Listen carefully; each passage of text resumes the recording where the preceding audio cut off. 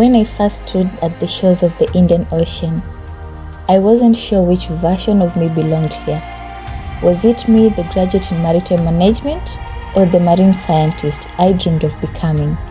I didn't know then that I had begun a journey that will shape my entire career path, a journey that taught me that clarity and the courage to pursue your path are already within you, and that sometimes all you need is a mentor to help you stay aligned with who you're becoming.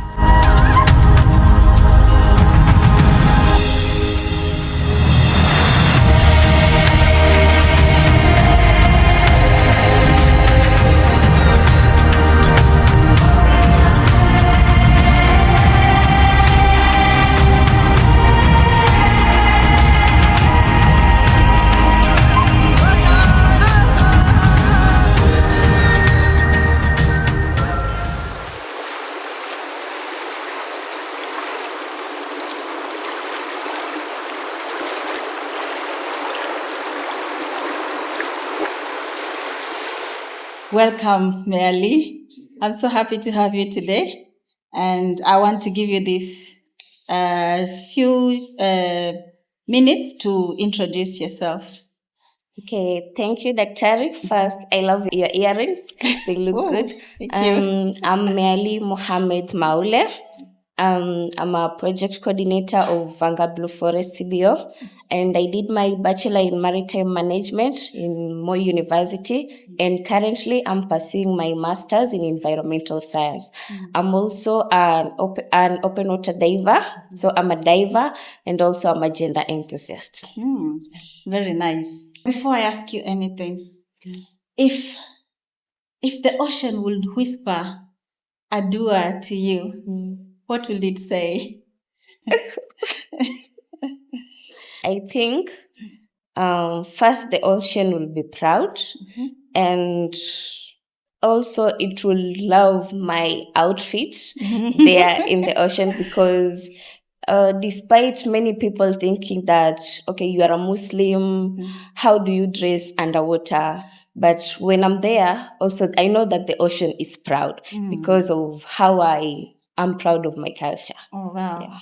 That's very interesting. So I'd like you to share your journey into this, your mentorship journey, but also your career growth, how mentorship has influenced your career growth. Okay. And where did it all begin?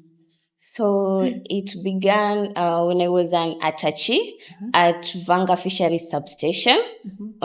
So there I was exposed to the ocean world. Mainly I did things about fisheries management. I was just there for a period of 3 months. So it's when I joined Chemfree.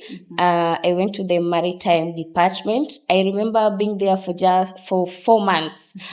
What interested me was the work of the divers at the maritime department. That was Moha, Mr. Masudi, and Rashid. So I approached them. I used just to look at them. I'll go in the office, just sit there, watch them. Then you are the only woman as well in there. Exactly. Yeah. So as time went, Masudi encouraged me that I can also do diving, because he saw that I used to ask many questions. Like, uko chini mnaenda baharini mnaona nini? Mbona mnaenda huko? Na mimi msichana naweza fanya hivyo. So they kept saying like, there is somebody called Dr. Juliet. Dr. Juliet is also a diver. So he was like, okay, Dr. Juliet is a diver. So one day, when I was working with Moha, he introduced me to you. That's when I got to know you. And during my time here, I can say the mentorship journey started with Masudi, Moha, and Rashidi. Those guys walinishika. After doing my diving, and iyo diving too haikuja tu kirahisi, I went to convince my dad. My dad was like, wewe ni msichana. Mama, mimi sijawahi kusikia diver mwenye ni msichana. Like, is this job really safe? Na nikamuelezea kuhusu, there is a doctor called Dr. Juliet, and there are also different doctors who are women and they are divers. So after convincing him, he paid for me. So ile belief kutoka kwao after kuwa convince, pia ilinipa ile motisha, like, babangu yeye mwenyewe ameniaminia, I can also do this. So after doing it, I used to volunteer. So through that exposure, because they introduced me to different researchers. I was in the oceanography department, nilifanya mambo na mariculture, kina Dr. Kamau wote. At the first time walipokuwa wakiona nafanya kazi, the second fieldwork nitaikwa. Kwa sababu wameona ile bidii yangu. So I can say mentorship ilianza pale kwa sababu wale si ati kwa sababu walikuwa Waislamu tu, lakini mimi nilikuwa kama dada yao pale. Ukifanya kitu kidogo wrong, like we, mbona unafanya hivyo? So it started from there. That's a very nice story to hear, especially because they're men. I have been held hand by men in my career growth, who are my supervisors. My master's supervisor was a man. The first person to employ me was a man. So, and great mentorship from men. So we should leverage all mentorship opportunities from different people. Sasa kina Masudi introduced you to me. Then what was it even of any help? It was of help, but I remember that time you were very busy. You were very busy, but you kept in touch with us because it was almost a whole year. You took me under your wing, but you are not there for almost a whole year. But tulikuwa na zile regular meetings za usiku. Sometimes saa 4 za usiku, saa 5 za usiku with Nancy. I remember that time you were with Nancy, Omar and Joshua, and Donald also. So you used to tell us like, even if I'm not there, just go and try to do something. But when you came back, it's when you introduced us to personally the coral restoration. So all of my teammates walikuwa na experience ya mambo na corals, but I remember I was the only one mwenye alikuwa sijafanya mambo na corals.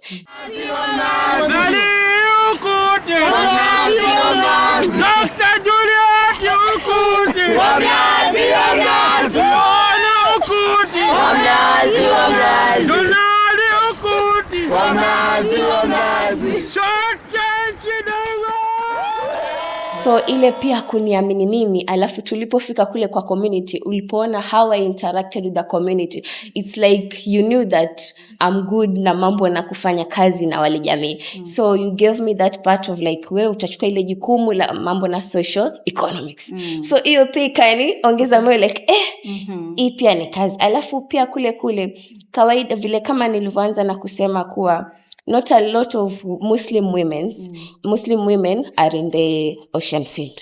So hiyo pale kwa wale wanawake wa Lamu pia walipoona pia mimi niko part of ile team, wengi pia walifeel motivated. Alafu wengi pia nilijaribu kuambia mimi hapa pia ni diver na mimi ni Muislamu, so they were like, sasa wewe wavaa vipi? So the first day when they saw me my attire, they were like, okay, kumbe unaweza enda shona na ukaogelea.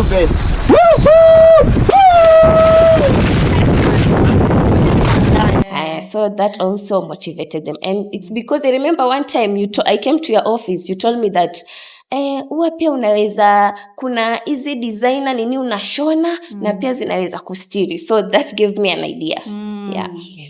Nimefurahi hiyo because I remember when we were doing the work with the women in Lamu, and they had to dive, but then they said don't show our footage because they were not in the proper or in the decent garments that culture requires.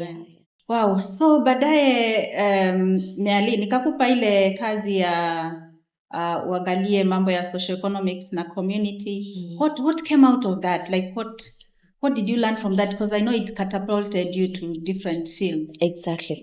Okay, so what I learned is that in the villages, a lot of women want to be seen. So tukiwa tunafanya zile interviews, wengi walikuwa wanatuambia wajua saa zingine unaulizwa, sasa wewe unaenda kwa mkutano kule nyumbani nani atapika? Ama mwingine, lakini pia ako na nia ya kujitokeza kwa hizi vitu. Mwingine sawa hajasoma lakini anasema mimi sasa ningepewa opportunity ya kusoma. Kama mimi naona nyinyi wasichana mmekuja hapa au mwenzetu tumesoma, pia sisi tunaweza kusoma. So lakini pia kuna wanaume wengine walikuwa wanawasupport, wengine bado kulikuwa na zile dhana za huyu ni mwanamke. Lakini katika yale mazungumzo yetu, so they also changed their perspective. Some were like, okay, if you can do it, they can also do it. And was that the time that you started being interested in gender issues in the community? Yeah, that's the time. And I remember As my interest grew, there's a time you told me that you don't have to just stay here in Kemfri. Jaribu ku-explore pia kwengine. That's when I started to applying for jobs. And luckily, I got the I got to be employed as a field officer for the Blue Empowerment Project. So this was mainly focusing on empowering fisher women. So mostly hapo I used to deal with women in the community. So hapo kadri unafanya kazi na wale wanawake, I'm like, enyewe ikitu inabamba. You've landed. Yeah, exactly. I've landed. And you are also proud when you had that I was employed by that project. So ile kuwork in the Blue Empowerment Project, I also met another mentor called Dr. Joel Onyango, and he improved my skills in writing. Okay, my skills in writing ilianza kuimprove toka Kemfri. Yeah. Through you also with Nancy, because my first paragraph, Nancy read it. It was, Nancy kweli alinishikilia pia yeye. But in the Blue Empowerment Project, so this doctor, so he used to hear our stories. He wanted to know where we also work. Yeah. So he was like, I'm also an intern at Kemfri. And he was like, you people have a lot of data, but where does this data go? So kuna siku tulikuwa tunamcomplainia like people come to us field officers, wanachukua data, wanaandika books, but we are not recognized. And he was like, why not write your own books? Your own book nyenye ita capture your perspectives or you view field officers. Yeah. So hapo akawa anatupa motisha like unaandika paragraph unamtumia na kurekebisha. So Dr. Joel was really patient with us because the first version ilikuwa bado iko chini, but he really helped us. And finally we wrote the book Field Officers Perspectives on Women Empowerment in the Coast Regions, and I was the main author. Wow. So I did hear you introduce yourself as an author. You know, that's something that should come in your intro. Yeah, now you are Merely. Okay. You are a program officer. Project coordinator with the Blue Forest. And you're an author. I'm an author, yeah. That one should stick there. Okay. Because it's an amazing milestone to publish something. Yeah. You should be recognized for that. Yeah.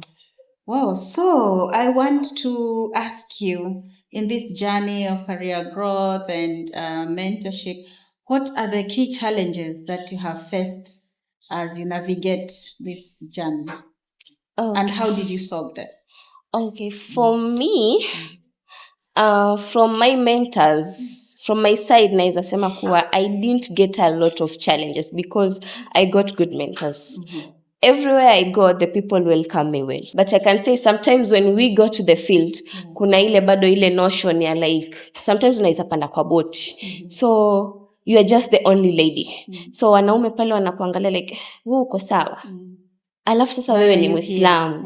Why are you here? Like, why this? Like, are you sure you can do this? So I always try to prove them wrong. And sometimes it's like you're troubling yourself. Like, why don't you just stay at home and live a good life? Exactly. Why hop on this boat? Yeah. So some people just look at you and they're like, wezi fanya kitu. But I'm that person who says that kazi yangu ndo itaniongelelea. Siwezi jisifu, lakini kazi yangu ndo itaniongelelea. Yeah. Okay, so now where is Merely heading to? Okay, so now currently I'm the project coordinator of Vanga Blue Forest. So this is a blue carbon initiative located in Kenya in Lungalunga, Vanga. And it's a user group under the Vajiki CFA. And our main activities are sale of carbon credits through the conservation of mangrove forest. Mostly here we do activities like awareness creation, forest surveys, and recently we did launch a program called the Empower Her. This is because since I'm in Vanga, I saw that there is a gap.